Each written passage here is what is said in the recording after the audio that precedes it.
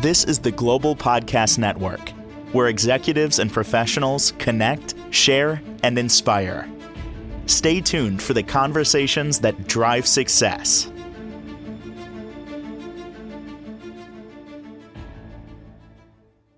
And welcome back, everyone.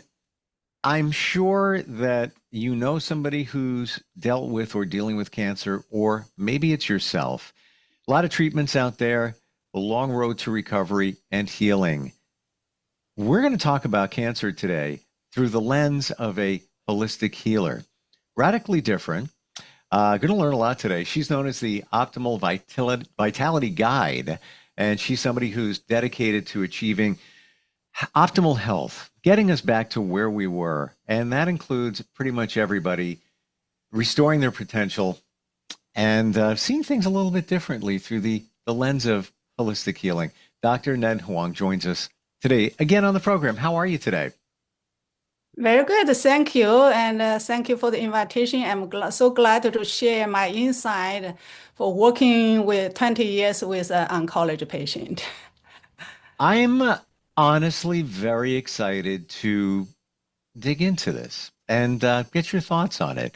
Cancer is so prevalent.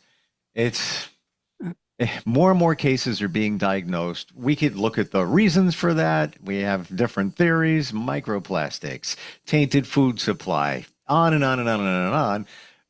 But when it comes to holistic healing, it's through a very different lens than it is through Western medicine, correct? Yes. Let me ask you a question. You Sure. can speak from yourself or from where you hear it. Sure. What comes to your mind when you heard the word cancer?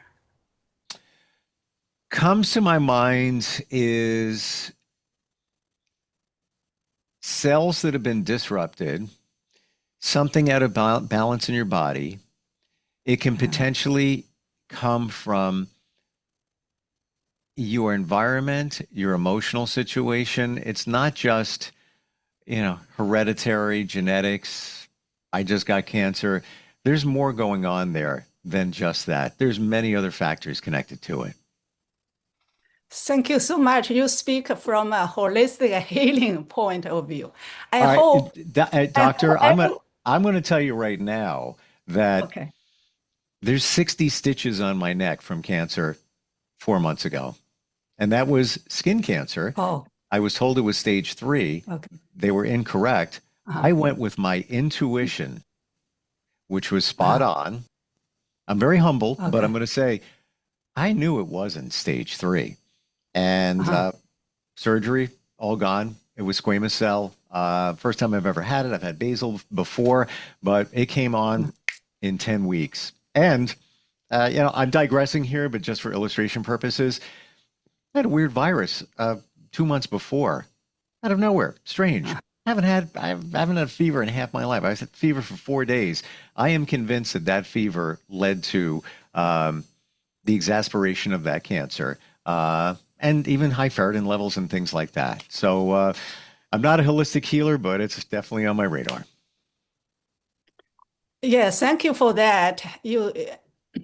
I wish everyone had that idea, have that insight of what believe your body has a self-healing. Yes. Well, I've been working in oncology. I want to mention 2 cases, just 2 opposite cases. One is a young woman, 35 years old, with breast cancer, come to hospital. She was so angry because she fired the nurses, half of the floor nurses she doesn't want to work with. She said, today I don't want this nurse. Tomorrow, we just allow that happen. I know that was anger inside. Of course, we have some real issue there. When she has to go in nothing by miles for a whole day for a test, then end up with the machine broke. So what she can do is a lot of frustration, a lot of anger, plus she already feel anger about the cancer. Why she get cancer? Why she was so young? She get cancer. How she going to live? A lot of things. But in the hospital, we don't have any time to deal more with that. So what happened? Even though we have a chaplain, talk with her with about some emotional issues, mental issues, but that's not enough for her. So we may, just one day the chaplain visit, that's it, that would do not solve any problem. So she died. I will not see if she may die, with the progressive of disease, but I feel heartbroken for her to die in anger. That's what I feel like I need to do something, for the people. Even they die, they have to die in peace, for whatever happened in the past. But nobody should die in anger or die in pain and in the discomfort. So that's why I do want to share one good example. A gentleman there, 72 years old with lymphoma. He is the only one I document his lung sound as clear. Nurse, we listen to the lung sound, we document. And he is the only one in my 20 years, I remember, he is the only one I document lung sound clear.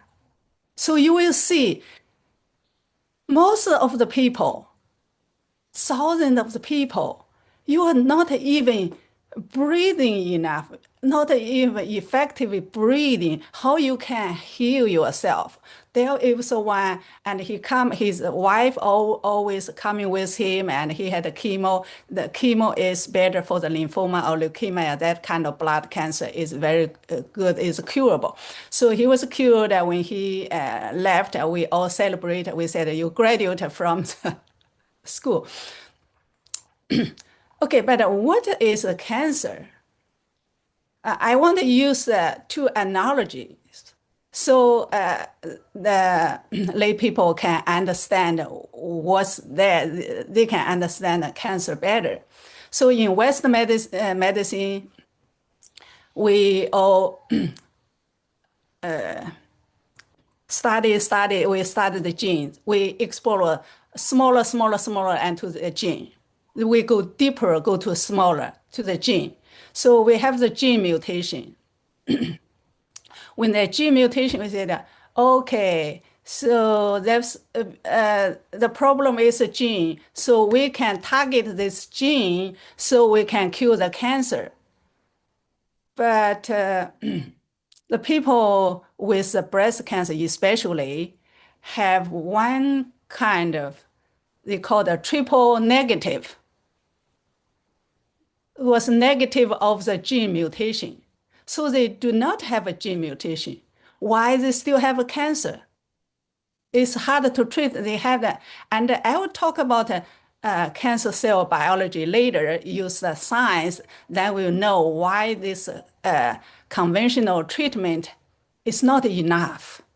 And we need to do more. The first analogy is the seed and the soil. The cancer cell is a seed, and your body environment is a soil. For any seed to grow, you need a soil to support it, right? If we want for the cancer to grow, you have the environment support that cancer. Normally, for average, the cancer develop in 10 years. So when you finally found the cancer or diagnosed the cancer, it's not means the cancer just come, have been over 10 years. That's average, 10 years. So what do you do? So you just not say you kill the cancer, you kill the seed. But there's a hardened seed, or the seed when it's hardened. When you have the right environment, it grows back. So you cannot, like Angelina Jolie, So she removed the breast because that gene mutation target as a breast. But in Chinese medicine, the breast, ovary, and thyroid is a system. So you cannot, this gene can target any of that. That same gene can even target lung. Did you remove all your organs if you have the gene mutation? Why you remove the breast? So maybe that surgery can take care of your fear, you not a fear, but that's not enough. Why I say it's not enough for her? Because I saw a picture of her on the magazine. I love her. I want her to be healthy. I want to live forever and play movies all her life. So I can watch all the movies. But I saw a picture. She is sickly slim. And I read an article about her. She was not taking care of herself. She Mm. just grab a piece of bread that's for her lunch, for her meal, one meal. So that's not. I said you can remove this seed, but if you do not change the environment, the whole environment, you cannot be healthy. You cannot be cancer free. So you Doctor, might, do yeah. you feel that we all have cancer in our bodies? It's all that it is a way of life. Cancer is in all of us. Yeah, However, depending on our soil, if you will, yeah. that will determine whether the cancer grows. Would that be, I'm going very broad here, but would Uh-huh. that be accurate to say? Uh, yes, that's one analogy I want to make. I also want to get another analogy. So the cancer cell is your child, go wild, go destructive. Why I say that? Because lung cancer is your lung cells become overly wild. The liver cancer is liver cells. So it's not anything invasive or anything from outside. It's your own child. It's your family, your body is your family, all those members in organs in your, and one child just behavior destructive, and we do not kill a child if they not behave right. So maybe we spank them or we do some physical punishment. That can be like a cancer, like a chemotherapy. Can be a spanking. You can spanking is really hard, and not only for the chemotherapy. When you spank this child, when behave this child, so you affect others, siblings, maybe affect other members as well. So that's why the chemotherapy is very destructive to the cancer. If you only have one goal to kill the cancer cells, you will not heal the cancer, heal your body. So you have to work with your environment. What you do, let's see, just make say stick and a carrot approach. So you can spanking, you can have a structure for the kid, but most importantly, you have to provide loving, compassion, a warm, safe environment for the kids. Otherwise, she will more rebel, will more destructive. So maybe sometimes the chemotherapy worked, spent for the fear of, they might work, but most they don't work. Now, you mentioned that the woman earlier that was angry, and I don't know if this is truth. I want your feedback on it. Uh-huh, Her anger, uh-huh. from whatever it is, Mhm, pent up inside, mhm. can that cause cancer? Yes, Yes. yes. So all the emotions uh, be, begin, and we'll talk about the emotion next time. But you said a very good point. Anger or what other emotion can become cancerous, yeah, because they can condense to the cancer, to the solid tumor. We will talk about the wild child, talk about the chemotherapy. I do want to mention Stephen Jobs. Yes.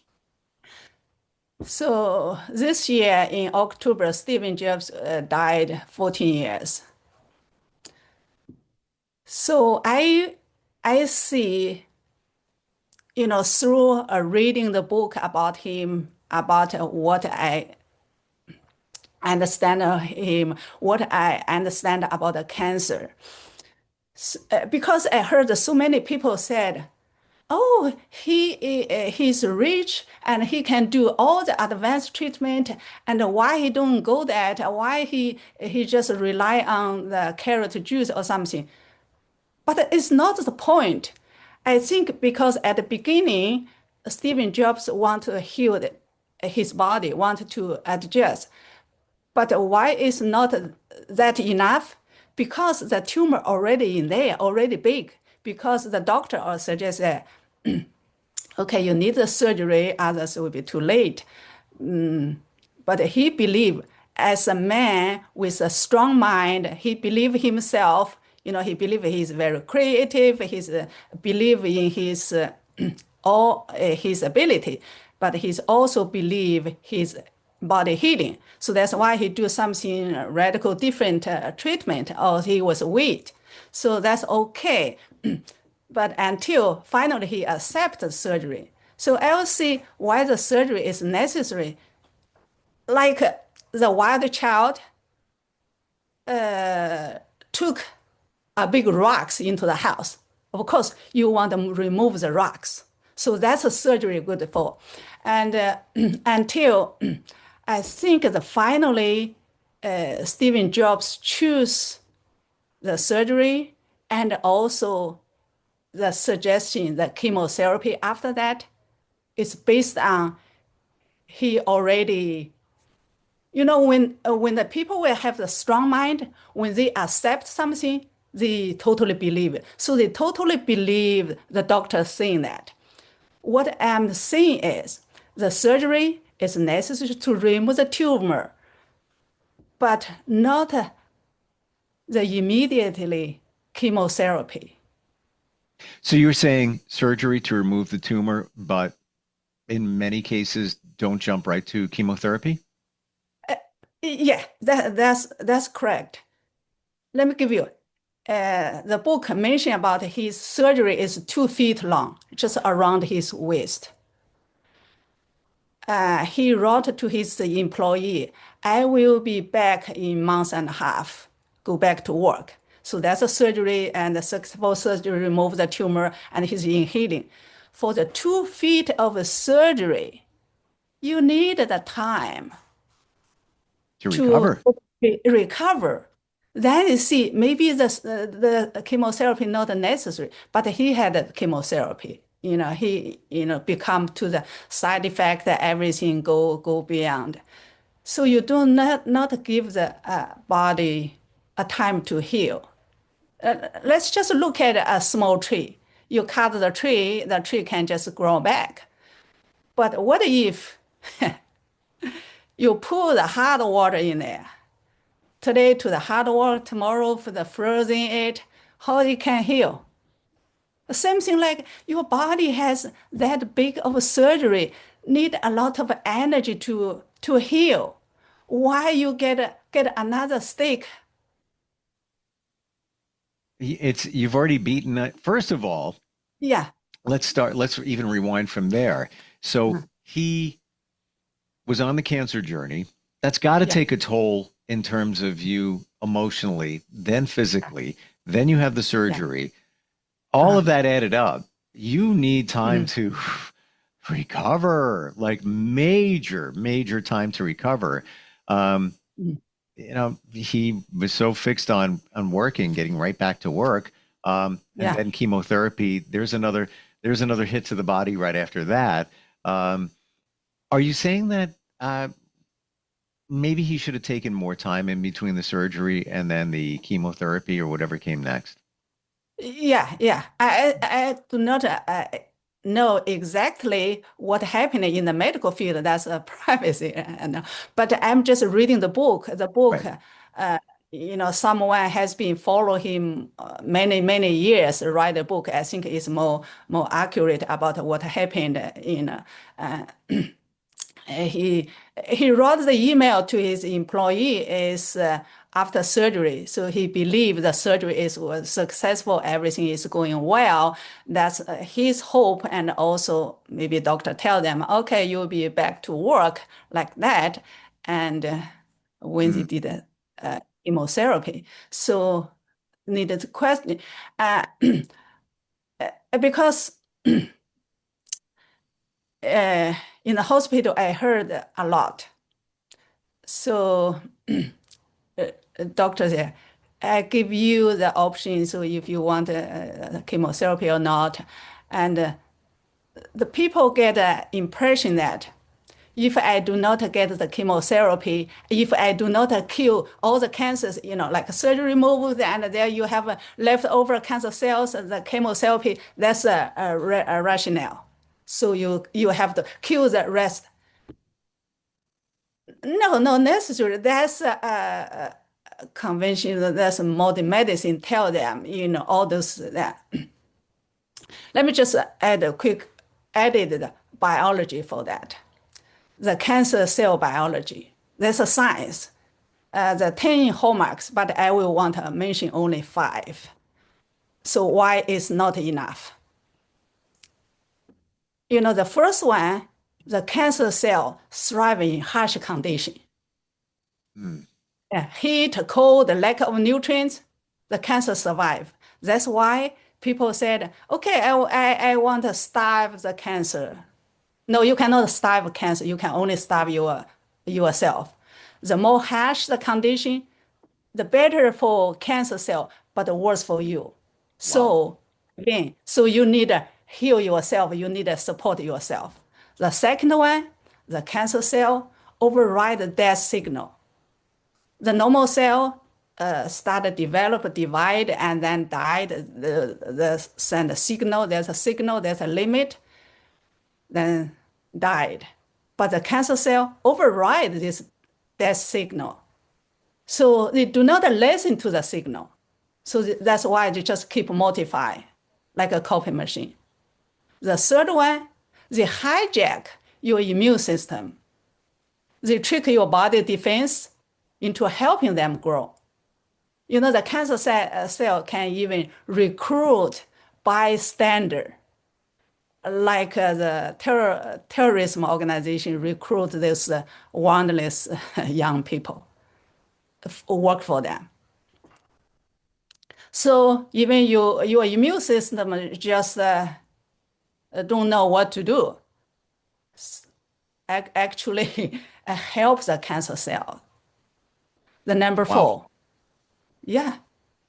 Number 4, they can create their own blood supply.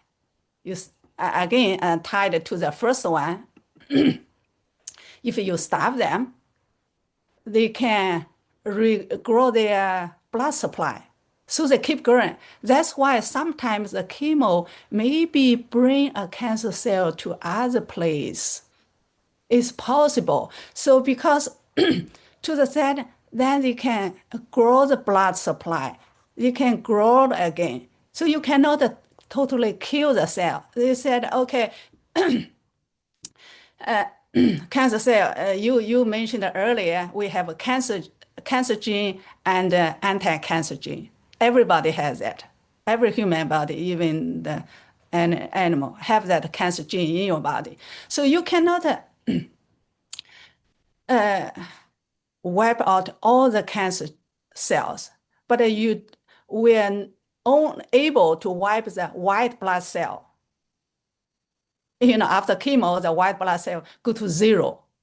Used to be very serious 0, but nowadays, and the people don't die from 0 white blood cell, but it used to be that's the treatment cause, the side effect causing that. So I want to just say we're out of time now. Yeah, This has been an eye opener, especially to the point of how aggressive cancer can be, and also the soil analogy of you give it the right conditions, it's going to grow like any other thing in the ground. I would love to, next time we get together, Doctor, focus on, as you said, the emotional side of things. Could we do that? Do maybe a part 2 about cancer and holistic healing? yeah, That yeah. would be great. Somebody might have a question, wants to talk to you about coaching, or even maybe they're dealing with a cancer journey. What's the best way to contact you? My website, drnenhuanghealth.coach. Gotcha. And that's Dr. DRNENHUANG health.coach, correct? Yeah. Excellent.